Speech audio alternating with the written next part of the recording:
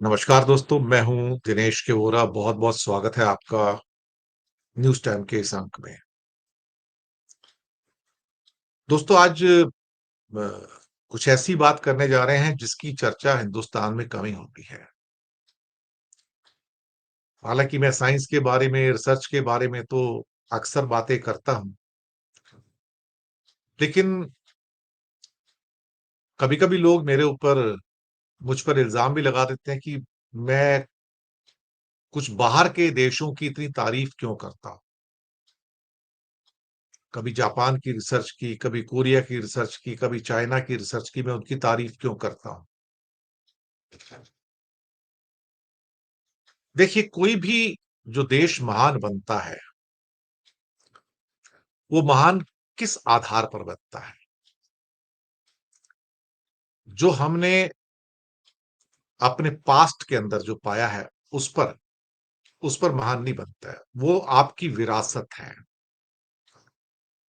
महान इस बात पे बनता है कि आप आज क्या कर रहे हो और कल को अच्छा करने के लिए आज क्या प्रयास कर रहे हो, इस पर महान बनता है। मैं सुबह से लेके शाम तक गुणगान करता रहूं कि मेरी माइथोलॉजी में ये लिखा था, मेरी माइथोलॉजी में ये लिखा था, मेरी माइथोलॉजी में हवाई जहाज उड़ते थे, मेरी माइथोलॉजी में समुद्र के नीचे पनडुब्बियां चलती थी, ये 5 लाख साल पहले था।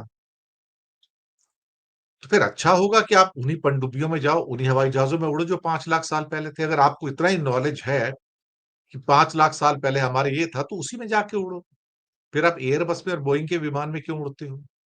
सही बात है ना। फिर आपके पास चलने के लिए बड़ी तेज उस जमाने में वाहन हुआ करते थे, 5 लाख साल पहले, 4 लाख साल पहले। माइथोलॉजी यही कहती है ना, तो फिर जाओ उसी वाहन में जाओ। नई मारुति की गाड़ियाँ क्यों खरीदते हो? बीएमडब्ल्यू, ऑडी क्यों खरीदते हो?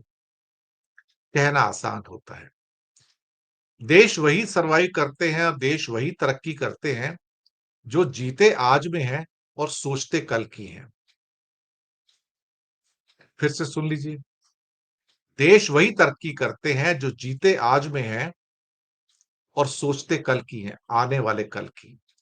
जो गुज़र गया उससे सिर्फ इंस्पायर होते हैं। आने वाले सालों में इस दुनिया में कौन राज करेगा? क्यों राज करेगा? उसके कई एग्जाम्पल हो सकते हैं। हकीकत ये है कि हम कहाँ इन्वेस्ट कर रहे हैं। अब आप कहोगे क्या मैं कोई स्टॉक एक्सचेंज की बात कर रहा हूं? नहीं। इन्वेस्टमेंट दिमाग की भी तो हो सकती है।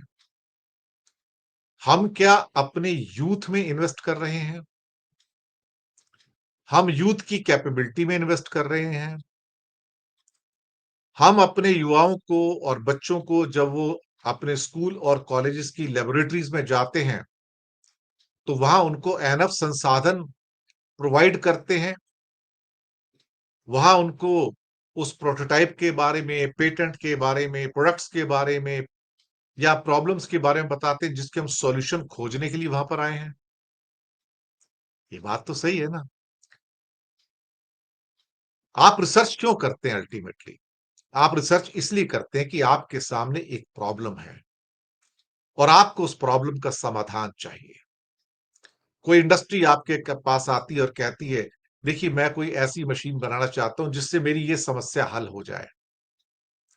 या कोई एक इंडस्ट्री आके कहती है, एग्रीकल्चर की इंडस्ट्री, वो कहेगी ऐसा है कि मेरे पास 500 एकड़ का मेरा फार्म है और मुझे उसके अंदर बीज बोने हैं।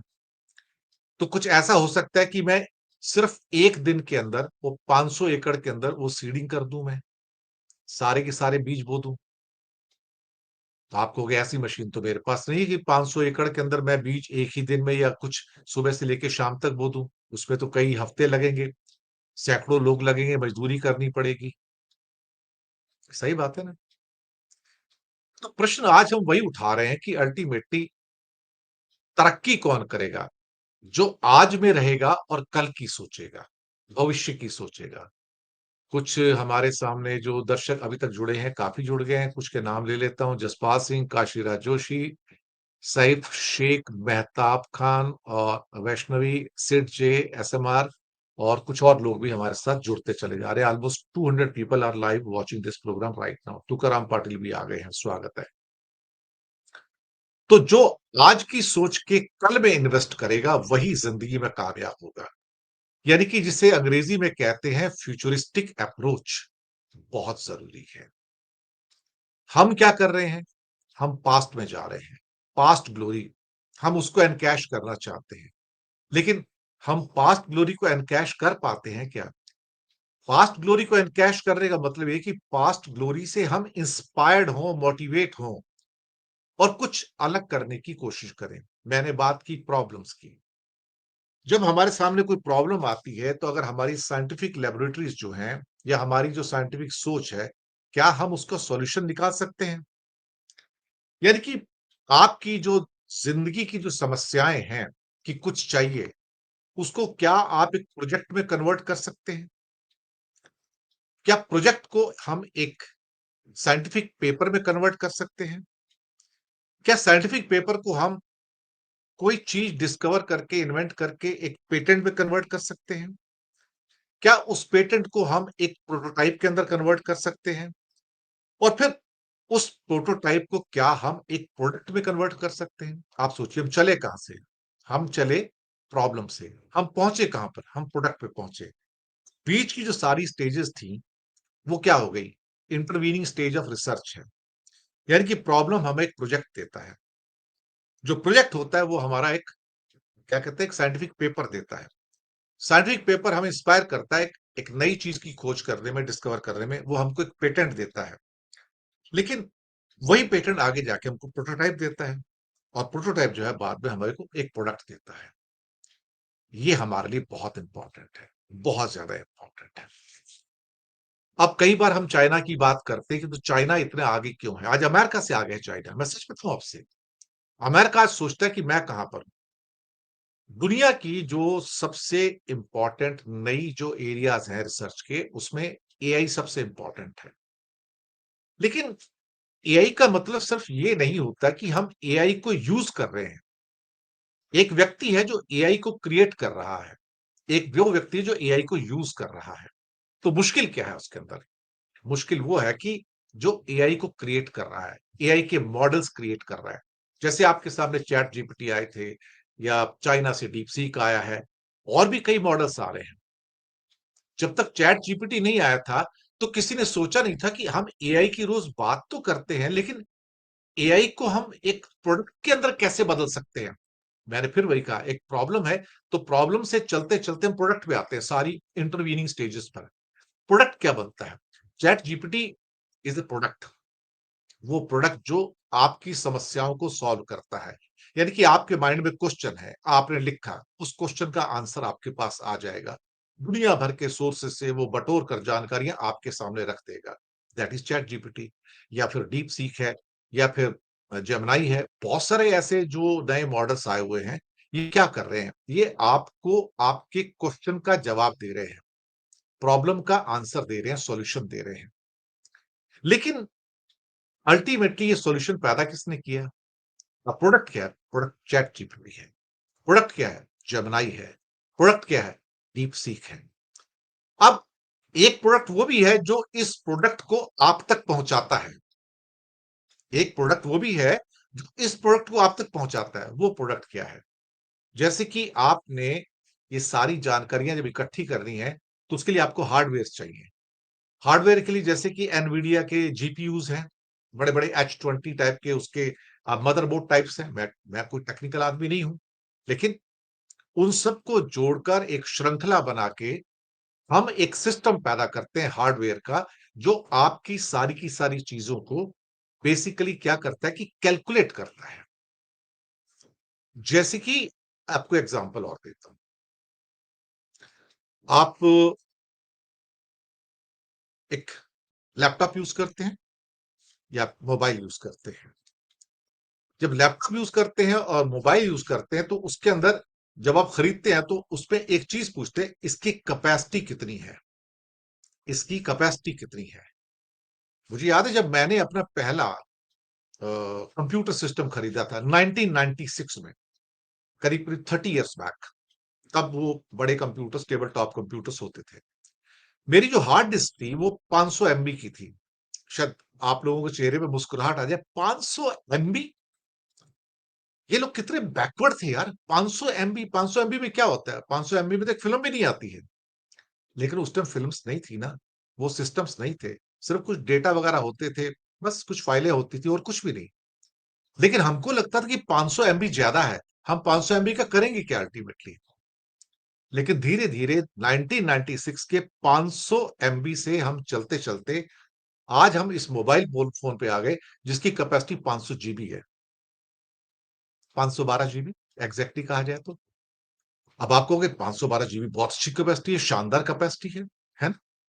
लेकिन हो सकता है आज से 10 साल बाद, 15 साल के बाद लोग आपके ऊपर हँसेंगे। People will laugh at you. जैसे आज आप सपोज़ करो मेरे कहने पे स्माइल कर रहे हो कि मेरे पास 30 साल पहले कंप्यूटर था, उसमें 500 एमबी की कैपेसिटी थी। 500 एमबी यार, यू आर जोकिंग मैन। लेकिन आज से 20 साल बाद लोग आपके ऊपर हँसेंगे, मुस्कुराएँगे। तुम्हारी कैपेसिटी क्या थी इसके अंदर? 512 जीबी। और आपका जो लैपटॉप था जिसके ऊपर आप प्रोग्राम कर रहे हैं, उसकी कैपेसिटी क्या है? 1 टीबी, 2 टीबी, बस दैट्स ऑल। देखिए दुनिया कहाँ पहुँची है। मैंने अभी एक प्रोग्राम किया था लास्ट वीक में और मैंने बताया कि जब आप स्पीड को कैलकुलेट करते हैं, अब स्पीड भी क्या है? एक प्रोडक्ट है। एक प्रॉब्लम थी कि स्पीड तेज़ होनी चाहिए ताकि चीज़ों को फ़ास्ट गति से सामने लाया जाए।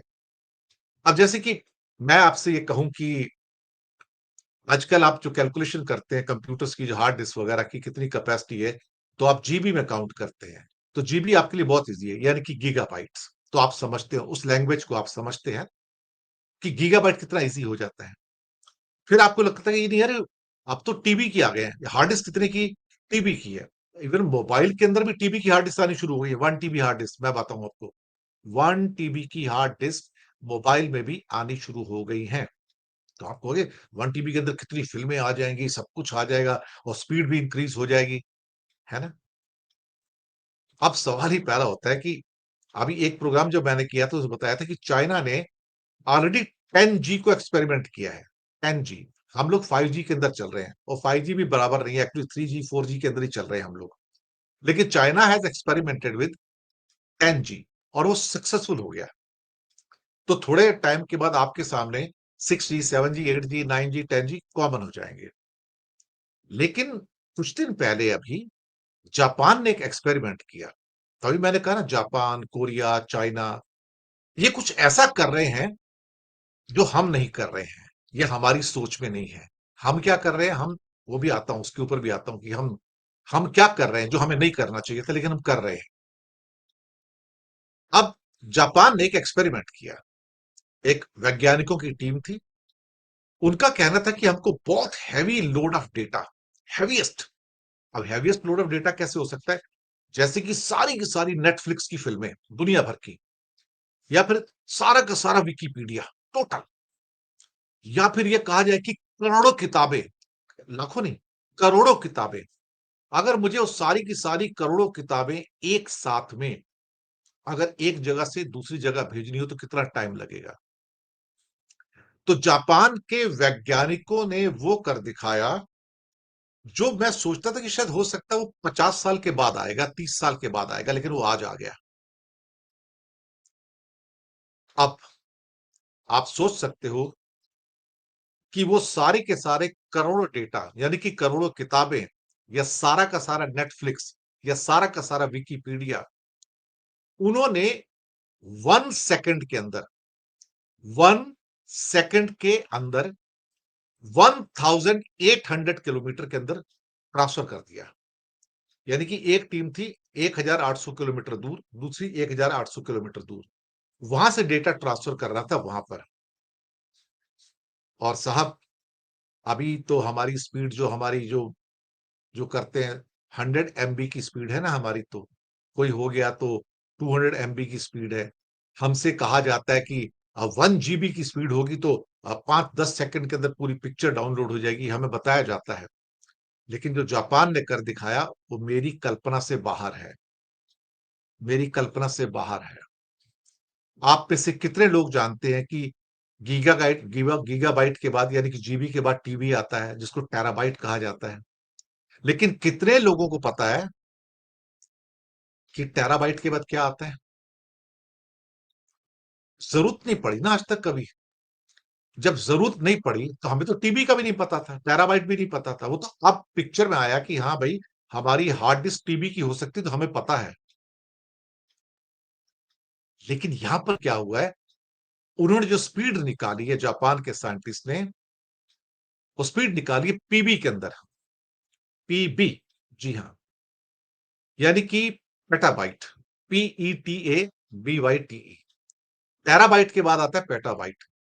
क्या आप समझ सकते हैं कि पेटाबाइट के अंदर स्पीड हो सकती है? लेकिन जापान ने वो करके दिखाया। ये अपने आप में एक चमत्कार है, एक मिरेकल है, मैं आपको बताऊं। अब सवाल यहां पर यह है कि हम क्या कर रहे हैं और वो क्या कर रहे हैं। वो आज से 50 साल बाद, 100 साल बाद की रिसर्च कर रहे हैं। हम क्या कर रहे हैं? अगर इंडिया में अभी देखो आप, तो क्या हो रहा है? हम लोग अपने मंदिर मस्जिद में उलझे हुए हैं। हम लोग भारत में धार्मिक यात्राएं निकाल रहे हैं। हम लोग कॉरिडोर्स बना रहे हैं धार्मिक स्थलों के। चाइना लेबोरेटरीज खोल रहा है। चाइना साइंस लैब्स खोल रहा है। आपने कब भारत के अंदर भारत के प्रधानमंत्री को यह कहते सुना कि मैं भारत के अंदर 500 नई रिसर्च लैब खोलूंगा और उनको वर्ल्ड स्टैंडर्ड की बना दूंगा? सुना आपने? आप मुझे बताइए। आपने कब सुना भारत के एक साइंस के कोई किसी मिनिस्टर को कि मैं भारत के अंदर 100 नई लेबोरेटरी खोलूंगा और उसके अंदर चमत्कार हो जाएंगे और मैं देखूंगा कि दुनिया में भारत सबसे आगे तरक्की करे? सुना आपने? आपने कब किसी चीफ मिनिस्टर को सुना, जैसे कि योगी आदित्यनाथ जी भी हैं, कब सुना कि वो कहें कि मैं उत्तर प्रदेश के अंदर 500 नई रिसर्च लेबोरेटरी खोल रहा हूं जो वर्ल्ड क्लास होंगी और जहां पे लोग आएंगे रिसर्च करेंगे? कब सुना? आपने तो आजकल के मुख्यमंत्रियों से और मंत्रियों से यही सुना है, हम मंदिरों के कॉरिडोर बनाएंगे, हम इसके अंदर क्या कहते हैं कि धार्मिक यात्राएं करेंगे, हम इस मंदिर से वो जाके वहां पे दर्शन करके आएंगे, हम उस यात्रा को करेंगे। आपने कब सुना चाइना के अंदर की वहां धार्मिक यात्राएं होती हैं? कोरिया के लोग क्या धार्मिक नहीं है क्या? वो भी बुद्धिस्ट हैं। जापान के लोग धार्मिक नहीं है क्या? वो भी बुद्धिस्ट हैं। अमेरिका के लोग धार्मिक नहीं है? वो भी क्रिश्चियंस हैं मोस्टली। वो क्या यात्राओं पे जाते हैं क्या ऐसे कभी? आपने सुना कभी? या कभी वो धार्मिक कॉरिडोर बनाते हैं, ऐसा होता है क्या कभी? लेकिन हम करते हैं। हम करते हैं ना। चाइना नहीं करता, जापान नहीं करता, कोरिया नहीं करता, अमेरिका नहीं करता, यूरोप नहीं करता। तो फिर वो करते क्या है? वो रिसर्च लैब खोलते हैं। हमारे यहां तो रिसर्च लैब की बात ही नहीं है। पहले चलो एक बजट की बात कर लेते हैं कि अमेरिका का रिसर्च बजट कितना है। वो है so called $950 billion, approximately $950 billion per year का। चाइना का कितना है? करीब $550 बिलियन। $550 बिलियन। हमारा कितना है? $2 बिलियन। दो। आप अपने किसी कॉलेज की साइंस लैब में चले जाओ, तो आपको पता लगेगा कि वहां पे टेस्ट करने लायक ना केमिकल्स हैं, ना परखनलियां हैं, ना क्रूसिबल्स हैं। सामान ही नहीं है, मैं आपको बताऊं वहां पर। आप क्या टेस्ट करोगे वहां पे जाके? एक मेरे पास रिपोर्ट है।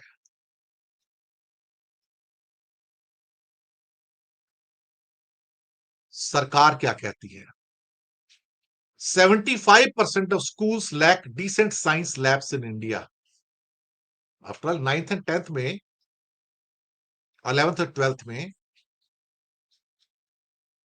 ये साइंस लैब्स आ जाती हैं, जहां पर बच्चे पढ़ाई करते हैं, सीखते हैं, टेस्टिंग स्टार्ट करते हैं, नई नई चीजों के बारे में आइडियाज लगते हैं।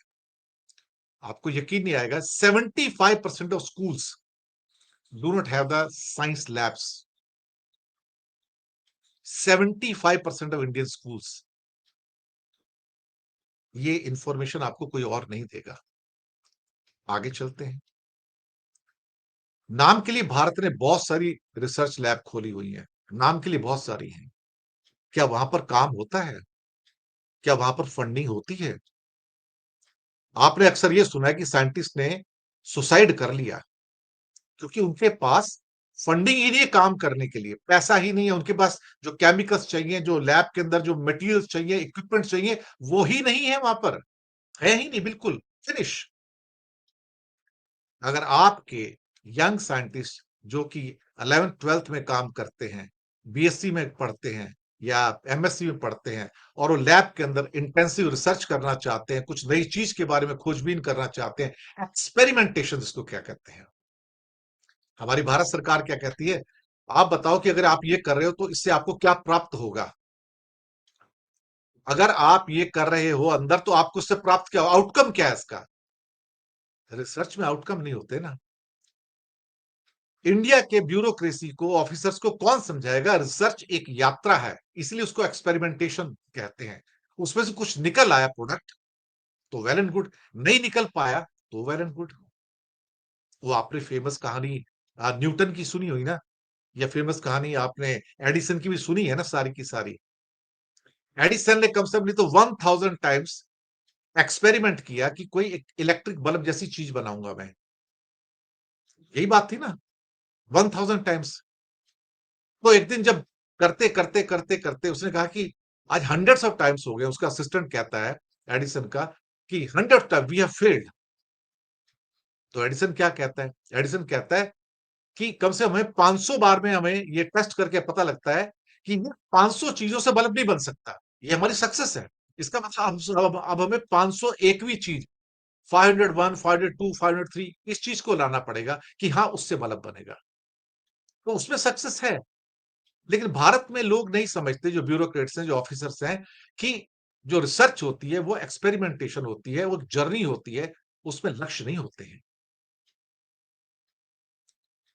लेकिन साहब समझाए कौन इनको? क्योंकि आईएएस, आईपीएस, आईआरएस बनने से हिंदुस्तान नहीं बनता। हिंदुस्तान बनता है रिसर्च करने से, प्रोडक्ट बनाने से, जो आपके सामने आते हैं। वो प्रोडक्ट वर्चुअल भी हो सकते हैं, नॉन वर्चुअल भी हो सकते हैं। कुछ और डेटा बताता हूं आपके सामने। इंडिया के अंदर नाम के लिए 1000 रिसर्च सेंटर्स हैं। 1000, साइंस में, स्पेस में, एग्रीकल्चर में, डिफेंस में, मेडिसिन में, council of scientific industrial research में है। लेकिन उनके आउटकम्स क्या है? उनके आउटकम्स क्या है? क्या उनमें से कभी हमको कोई एक प्रोडक्ट मिला है? क्या दुनिया में कोई एक प्रोडक्ट है जो दुनिया की शेल्फ में है जिसके ऊपर लिखा है मेड इन इंडिया? आप जाइए दुनिया में घूम के आइए, कोई एक प्रोडक्ट बताइए, सॉफ्टवेयर की दुनिया में या हार्डवेयर की दुनिया में, जिसपे लिखा हो ये मेड इन इंडिया है, मैं मुझे ये खरीदना है। एक भी प्रोडक्ट बताइए, एक भी नहीं है। कुछ साल पहले की बात है, इन्फोसिस के चीफ उस समय नारायण मूर्ति एक 5 स्टार होटल में, जहां मंत्री मंत्री भी बैठे थे, इंडस्ट्री के लोग बैठे थे, बोलता है आप लोगों को बहुत बुरा लगेगा सुनकर, ये उन्होंने कहा था, बहुत बुरा लगेगा आपको सुन के।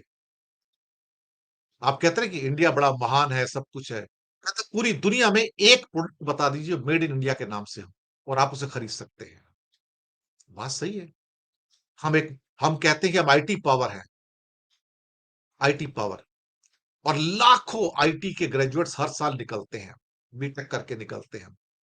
क्या हम एक व्हाट्सएप पैदा कर पाए, एक इंस्टाग्राम पैदा कर पाए, एक फेसबुक पैदा कर पाए, एक गूगल हम पैदा कर पाए, एक माइक्रोसॉफ्ट पैदा कर पाए, एक एप्पल पैदा कर पाए, एक अमेज़न पैदा कर पाए? नहीं कर पाए साहब, नहीं कर पाए, एक भी नहीं कर पाए। और उसके अलावा जो कई सुपर स्पेशलाइज्ड वर्चुअल प्रोडक्ट होते हैं, माइक्रोसॉफ्ट ऑफिस, क्या हम वो बना पाए? नहीं। क्या कोई हम पावर पॉइंट प्रेजेंटेशन बना पाए? नहीं। क्या हम कोई कैड, कैड मतलब कंप्यूटर एडेड डिजाइन सॉफ्टवेयर, क्या वो बना पाए? नहीं। क्या हम एडोबे बना पाए? नहीं। फिर आपके ये करोड़ों आईटी इंजीनियर्स क्या कर रहे हैं? यही सवाल तो नारायण मूर्ति ने उठाया था। What the hell they are doing there? Product की तो बात छोड़ दो, एक भी प्रोडक्ट नहीं है आपके पास दुनिया में कि हाँ मैं इसको उठाऊंगा। एक चीज होती है कंसिडरेशन सर्कल, या सर्कल ऑफ कंसिडरेशन। आपको कोई चीज खरीदनी है, दुनिया के अंदर कोई भी एक चीज खरीदनी है, जैसे कि आप कहेंगे कि मुझे एक अच्छा शेविंग सिस्टम चाहिए, हमें एक अच्छा शेविंग सिस्टम चाहिए, तो जिसको कहते हैं कंसिडरेशन जोन, कि तुरंत दिमाग में क्या आएगा कि कहां से कौन सी चीज है। आप कहोगे, पहला नाम आ जाएगा जिलेट, या जिलेट के अच्छे हैं शेविंग सिस्टम्स बहुत अच्छे हैं। तो कंसिडरेशन जोन में पहला नाम जो आएगा वो जिलेट का आ जाएगा। आपने कहा कि मुझे एक नॉर्मल 7-8 लाख रुपए की कार, अच्छी कार खरीदनी है इंडिया में। फट से कंसिडरेशन जोन के अंदर मारुति का नाम आ जाएगा। एकदम से कि मारुति है, hyundai है, ये ले सकते हैं। तो उसके अंदर फिगर आउट कर जाते हैं। आप सपोज करो कि हम बुलेट ट्रेन बना रहे हैं और हमें समुद्र के नीचे एक टनल बनानी है, मुंबई से लेके आगे थोड़ा आगे तक, वो सही बात है। तो हमें वो टनल बनाने के लिए क्या चाहिए? हमें चाहिए टनल मशीन, हमें चाहिए मेगा पहाड़ जैसी टनल मशीन। तो कंसिडरेशन जोन में कौन आता है? चाइना।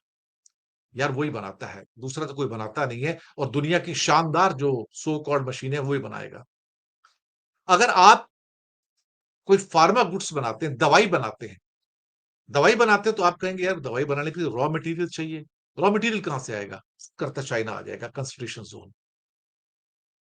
मैं यही कहने की कोशिश कर रहा हूं आपसे, हम किसमें इन्वेस्ट कर रहे हैं? हम धार्मिक यात्राओं में इन्वेस्ट कर रहे हैं, हम मंदिरों के कॉरिडोर में इन्वेस्ट कर रहे हैं, हम आस्था के अंदर इन्वेस्ट कर रहे हैं, हम विज्ञान के अंदर इन्वेस्ट नहीं कर रहे हैं, हम साइंस के अंदर इन्वेस्ट नहीं कर रहे हैं। कहने को तो भारत में इतनी सारी लैब्स हैं, लेकिन फंडिंग ही नहीं है उनको।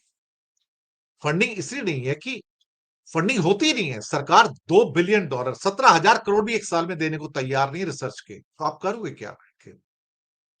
तो अल्टीमेटली फिर वो, जैसे कि हमारी सरकार कहती है, पकोड़े तलो। पकोड़े तलना तो रिसर्च ही है ना।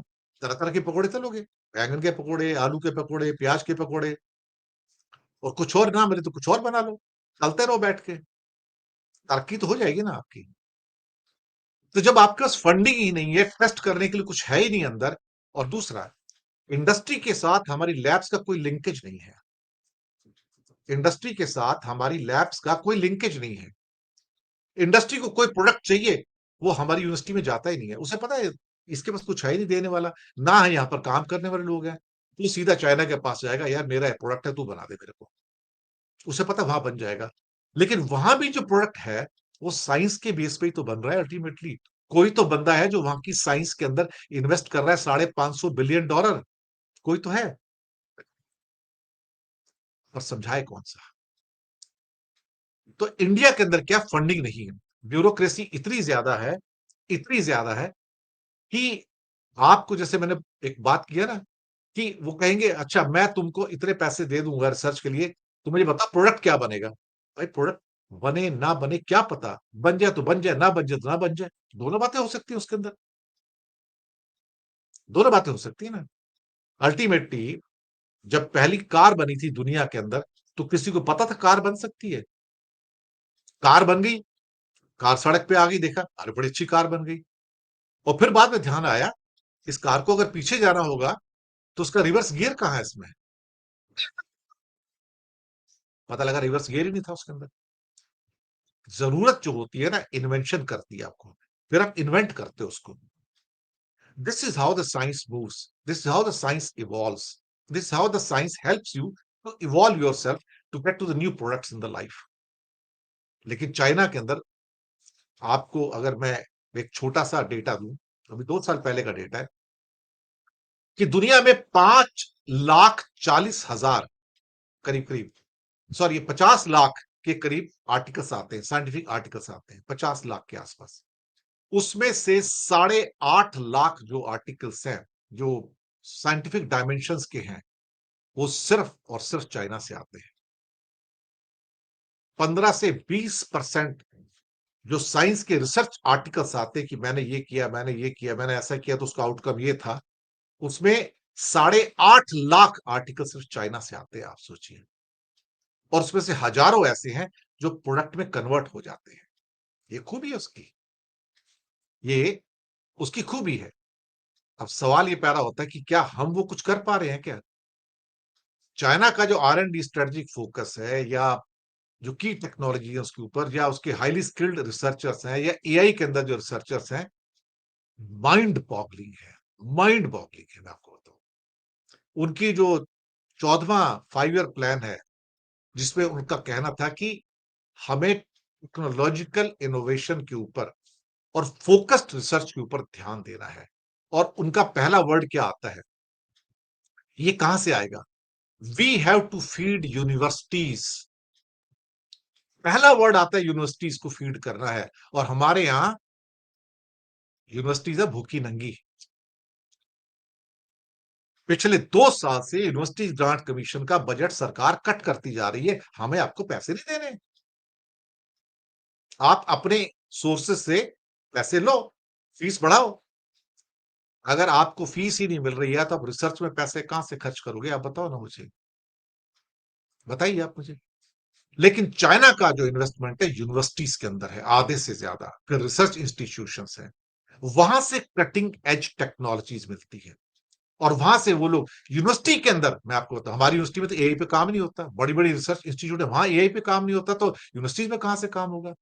तो चाइना में एआई के ऊपर, क्वांटम कंप्यूटिंग पे, रोबोटिक्स के ऊपर, बायोटेक्नोलॉजी के ऊपर, एडवांस मैन्युफैक्चरिंग के ऊपर, इस पर काम हो रहा है। और इसके अलावा जो स्टेम एजुकेशन है, यानी कि science, technology, engineering and medicine, इस पर जो काम हो रहा है, फिनोमिनल काम है, जो दुनिया में आपको कहीं और नहीं मिलेगा। इवन आपको अमेरिका में भी नहीं मिलेगा। America has also slowed down. और कई साल पहले की बात है, कई बल्कि 2 से 3 दशक पहले, जिसमें चाइना ने कहा था कि कुछ खास टेक्नोलॉजीज में मेरे को इन्वेस्ट करना है। उसमें एक था आपका सेमीकंडक्टर टेक्नोलॉजी, एक था आपका उसमें बैटरी टेक्नोलॉजी, एक था उसमें सोलर पावर और विंड पावर की टेक्नोलॉजी। आज देखिए कि दुनिया में जहां तक मेरी नॉलेज और जो इंफॉर्मेशन है, बैटरी टेक्नोलॉजी के ऊपर और बैटरी केमिस्ट्री के ऊपर चाइना में करीब करीब 55 कोर्सेज हैं यूनिवर्सिटीज के अंदर, 55 कोर्सेज। और आपको यकीन नहीं आएगा कि बैटरी टेक्नोलॉजी और बैटरी केमिस्ट्री में पूरी दुनिया में एक भी कोर्स नहीं है, किसी भी यूनिवर्सिटी में, अमेरिका में भी नहीं है। लेकिन चाइना के 55 ग्रेजुएट कोर्सेज हैं बैटरी टेक्नोलॉजी और बैटरी केमिस्ट्री के ऊपर। Similarly they have got super specialised courses and streams in the universities, जहां पे वो करोड़ों डॉलर पर साल झोंक देते कि आप जाओ काम करो। और आज दुनिया की 90% जो बैटरी जो है उसके ऊपर उनका अधिकार है। आज 95% जो सोलर सिस्टम है उस पर चाइना का अधिकार है। आज 60% सेमीकंडक्टर इंडस्ट्री पे चाइना का अधिकार है। आप सोचिए, मास प्रोडक्शन की चीजें हैं ये। हमारे यहाँ तो अभी एक खबर आई थी, मेरठ के अंदर और उसके आसपास के एरिया में कांवड़ यात्रा के चक्कर में स्कूल ही बंद कर दिए गए। 1 हफ्ते तक स्कूल बंद रहेंगे, यात्रा जरूरी है। फिर वो मूल क्वेश्चन वापिस आता है, आप इन्वेस्ट कहां कर रहे हैं? विश्व गुरु कौन बनेगा? विश्व गुरु वही बनेगा जो वैज्ञानिक लैब्स खोलेगा, जो साइंस की लैब्स खोलेगा। अगर आप मंदिरों में और धार्मिक यात्राओं में इन्वेस्ट करते रहे तो कुछ नहीं मिलने वाला भैया, वहां से कुछ नहीं मिलने वाला। आपको यात्रा करनी है, करो। आपको मंदिर में जाना है, जाओ। आपको दर्शन करने हैं, करो। आपको दरगाह पे जाना है, जाओ। आपको चर्च में जाना है, जाओ। आपको बुद्धिस्ट टेम्पल में जाना है, जाओ। कोई दिक्कत नहीं है। लेकिन पैसा कहां इन्वेस्ट हो रहा है आपका? सरकार किसकी बात करती है? इंडिया में कोई आपका प्राइम मिनिस्टर हो, कोई मंत्री हो, कोई चीफ मिनिस्टर हो, कोई साइंस की लैब्स की बात नहीं करता, यूनिवर्सिटी लैब्स की बात नहीं करता, रिसर्च की बात नहीं करता। Nobody talks about it, I am telling you. कब सुना आपने किसी इंडिया के चीफ मिनिस्टर को या किसी मिनिस्टर को या इवन प्राइम मिनिस्टर को कि भाई मैं तेरे लिए यहां पर रिसर्च लैब खोलूंगा, तुम यहां पे आओ काम करो? वो नहीं बोलेंगे साहब, नहीं बोलेंगे। क्योंकि इन लोगों का एजुकेशन से कुछ ताल्लुक नहीं है ना। ये लोग एजुकेशन को वैल्यू नहीं करते हैं। ये लोग पुष्कर विमान की बात करेंगे, लेकिन ये लोग उड़ेंगे बोइंग के विमान में, एयरबस के विमान में उड़ते हैं। जाइए पुष्कर विमान विमान में उड़िए ना। लेकिन पुराने जमाने के वाहन की बात करते हैं, लेकिन चलते बीएमडब्ल्यू और ऑडी के अंदर है ना। तो हिपोक्रेट्स तो है ना पूरे के पूरे ना ये। इन्हें आज की टेक्नोलॉजी, आज की साइंस जो पश्चिमी जगत से निकली है, या चाइना से निकली है, जापान से निकली है, या कोरिया से निकली है, उसका यूज करना है इनको। लेकिन उसको पैदा करने के लिए जो कोशिशें होनी चाहिए, जो प्रयास होने चाहिए, वो यहां पर कुछ भी नहीं है। कड़वा सच है।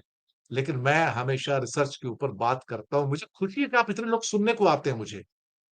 कम से कम ये मैसेज आज 600-700 लोग जो लाइव मुझे देख रहे हैं, सुनने आते हैं इस बात को कि हम जो बात कर रहे हैं, हम अपने एक्जिस्टेंस की बात कर रहे हैं, हम अपनी ग्रोथ की बात कर रहे हैं, हम आगे बढ़ने की बात कर रहे हैं। अगर हम साइंस के अंदर इन्वेस्ट नहीं कर रहे हैं, we are investing in the disaster.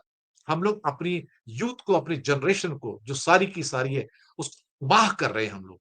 तबाह कर चुके हैं, मैं आपको बताऊँ। क्योंकि हमने उनके अंदर धर्म का ज़हर घोल दिया। हमने उनको साइंटिस्ट नहीं बनाया, वैज्ञानिक नहीं बनाया। हमने नहीं बनाया, हमने नहीं बताया कि उनको तुमको एक मैथमेटिशियन बनना है, तुमको एक टॉप लेवल का रिसर्चर बनना है, वो नहीं है। वो टारगेट नहीं है साहब। कोई दूल्हे-भटके अपने आप रिसर्चर बन जाए तो बन जाए, लेकिन यहाँ तो पुलिस कांस्टेबल को सलाम मिलता है साहब। इंडिया में पुलिस कांस्टेबल को सलाम मिलता है यहाँ पर। कोई गवर्नमेंट अथॉरिटी आ गई, उसके आगे सब घूमते हैं। ये सर्वज्ञानी आदमी है, ब्रह्मांड का स्वामी है, इसके पास सारी नॉलेज है। कोई आईएएस, आईपीएस, आईआरएस आ जाएगा ना, तो लोग कहेंगे ये ब्रह्मांड का स्वामी है, इसको सारी नॉलेज है। लेकिन कोई साइंटिस्ट आ जाएगा, तो आप उसकी इज्जत नहीं करोगे, मैं आपको बताऊँ। एक साइंटिस्ट की कोई इज्जत नहीं है इंडिया के अंदर। एक एजुकेशनिस्ट की, एक अच्छे टीचर की कोई इज्जत नहीं है, मैं आपको बताऊँ। कभी सोचा आपने भारत को साइंस में लास्ट नोबेल प्राइज़ कब मिला था?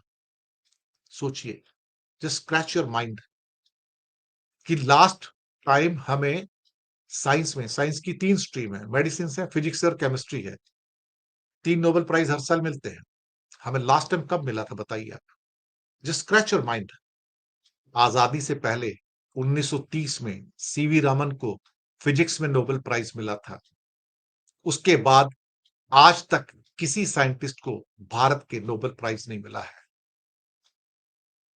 आप सोचिए, खुद सोचिए, मैं नहीं कह रहा हूँ। आप कहोगे नहीं-नहीं वो हरगोविंद खुराना को मिला था मेडिसिन में, वो अमेरिकन नागरिक थे, भारत के नहीं थे। चंद्रशेखर को फिजिक्स में मिला था, नासा का साइंटिस्ट था, लेकिन वो अमेरिकन नागरिक था, भारत का नहीं। वेंकट रमन केमिस्ट्री में मिला था, अमेरिकन नागरिक है, भारत का नहीं। वहीं पैदा हुए, वहीं बढ़े, वहीं सब कुछ किया। हमने क्या किया? क्या हमने कुछ पैदा किया? क्योंकि हम बेसिक रिसर्च को आगे बढ़ाते ही नहीं हैं। 2 किस्म की रिसर्च होती है ना, एक बेसिक रिसर्च होती है, एक प्रोडक्ट बेस्ड रिसर्च होती है, जहाँ किसी प्रोडक्ट को बेहतर किया जाता है। जैसे कि आपके पास पता है कि टीवी बन गया, लेकिन उससे बेहतर टीवी बनाना वो प्रोडक्ट रिसर्च है। लेकिन बेसिक रिसर्च वो होती है जो दुनिया में नई होती है, जो पहले कभी नहीं हुई। तो वो इन्वेंशन कहा जाता है। वो पहली बार उजागर किया जाता है कि उसकी इंपॉर्टेंस क्या है। और नोबेल प्राइजेस प्रोडक्ट रिसर्च पे नहीं दिए जाते। नोबेल प्राइजेस हमेशा बेसिक रिसर्च पे किए जाते हैं कि फंडामेंटल पहली बार कोई चीज हुई है साइंस के अंदर, जागृति आई है, इन्वेंशन आई है या बड़ी डिस्कवरी हुई है, तो उसके ऊपर दिए जाते हैं नोबेल प्राइजेस। और हमने कुछ नहीं किया आज तक। बाकी सनसनीखेज खबरें सुननी है तो बहुत सारे चैनल्स हैं, कोई दिक्कत ही नहीं है। चैनल्स भरे पड़े हैं इंडिया में तो, जितने चाहो उतना ले लो। सुबह से लेके शाम तक आपको कहानियाँ करेंगे, आपको राजनीति की सब बड़ी-बड़ी बातें करेंगे। लेकिन कभी-कभार ऐसा भी तो होना चाहिए, कोई अच्छी बात भी हो, कोई रेलेवेंट बात हो, कोई फ्यूचर की बात हो, फ्यूचर में इन्वेस्टमेंट की बात हो, आज की बात हो। लेकिन हम तो 2000 साल पहले में जीते हैं ना, हम तो वहाँ से बाहर ही नहीं निकलना चाहते। हमको लगता है कि हमारे पुरखे 2000 साल पहले सब कुछ करके चले गए हैं, हमें कुछ करने की ज़रूरत नहीं है। कोई ज़रा-सी बात कर दो, हमारे वेदों, उपनिषदों में सब लिखा हुआ है, आप पढ़ के देखो। मेरे तो वेदों के ऊपर पूरी सीरीज़ है 10 पार्ट की, ऋग्वेद के ऊपर। मैंने तो नहीं लिखा है ऋग्वेद के अंदर कि कौन-सा प्रोडक्ट कैसे बनता है, मैंने तो नहीं पाया उसके अंदर कभी भी। ना ही लिखा कि ये चीज़ होती है वहाँ पर। उसके अंदर किसी चीज़ की कोई साइंस नहीं बताई गई है। किसी चीज़ के बारे में मेंशन करना कि ये है, जिसका ज़रूरी थोड़ी कि वो है। वो माइथोलॉजी भी तो हो सकती है, वो कल्पना भी तो हो सकती है। अगर आप किसी चीज़ को एक्सप्लेन नहीं कर सकते, किसी चीज़ की साइंस नहीं दे सकते, तो क्या करें? क्या करोगे आप? चलिए आज के लिए सिर्फ इतना ही और कुछ लोग लिखते हैं इंग्लिश में टाइटल लिखा करो, बात ही समझ नहीं आती। जो मैं बात कर रहा हूँ वो तो समझ में आती है ना आपको। टाइटल तो कभी हिंदी में, कभी इंग्लिश में आते ही हैं, उसमें कोई दिक्कत वाली बात नहीं है। लेकिन जो मैं बात कर रहा हूँ वो तो आपको समझ आ ही रही है ना अल्टीमेटली। जो मैसेज मैं दे रहा हूँ वो तो आपको समझ आ ही रहा है ना। तो आपसे विदा लेते हैं। ये एक शख्स लिखते हैं कि सीनियर बेसिक रिसर्चर हूँ, कोई सुमन सिंह है। We are facing consequences of not investing in R&D and the culprit is our leaders. I agree with you. बिल्कुल सही कह रहे हैं। लेकिन शायद लोगों को धार्मिक यात्राएं और मंदिर मस्जिद में ज्यादा रुचि है। एक अच्छा सीधा सटाक प्रोग्राम किया जाए तो उसमें रुचि थोड़ी कम होती है। तो विदा लेते हैं आपसे। शुक्रिया आपका, आप आए हमारे साथ। धन्यवाद। और चैनल को सब्सक्राइब कीजिएगा। हो सके तो छोटी छोटी आर्थिक मदद भी कर सकते हैं। नीचे हमने UPI number, bank account number भी दिए हैं। किसी एक को चुनकर छोटी सी सपोर्ट करेंगे तो रिसर्च बेस्ड जो प्रोग्राम्स जो हम आप तक पहुंचाते हैं उसके लिए थोड़ी मदद भी हो जाती है, सपोर्ट हो जाती है, थोड़ा मोटिवेशन होता है हमको भी। तो बहुत बहुत शुक्रिया। मिलते हैं अगले अंक में आपसे। धन्यवाद। Thank you very much.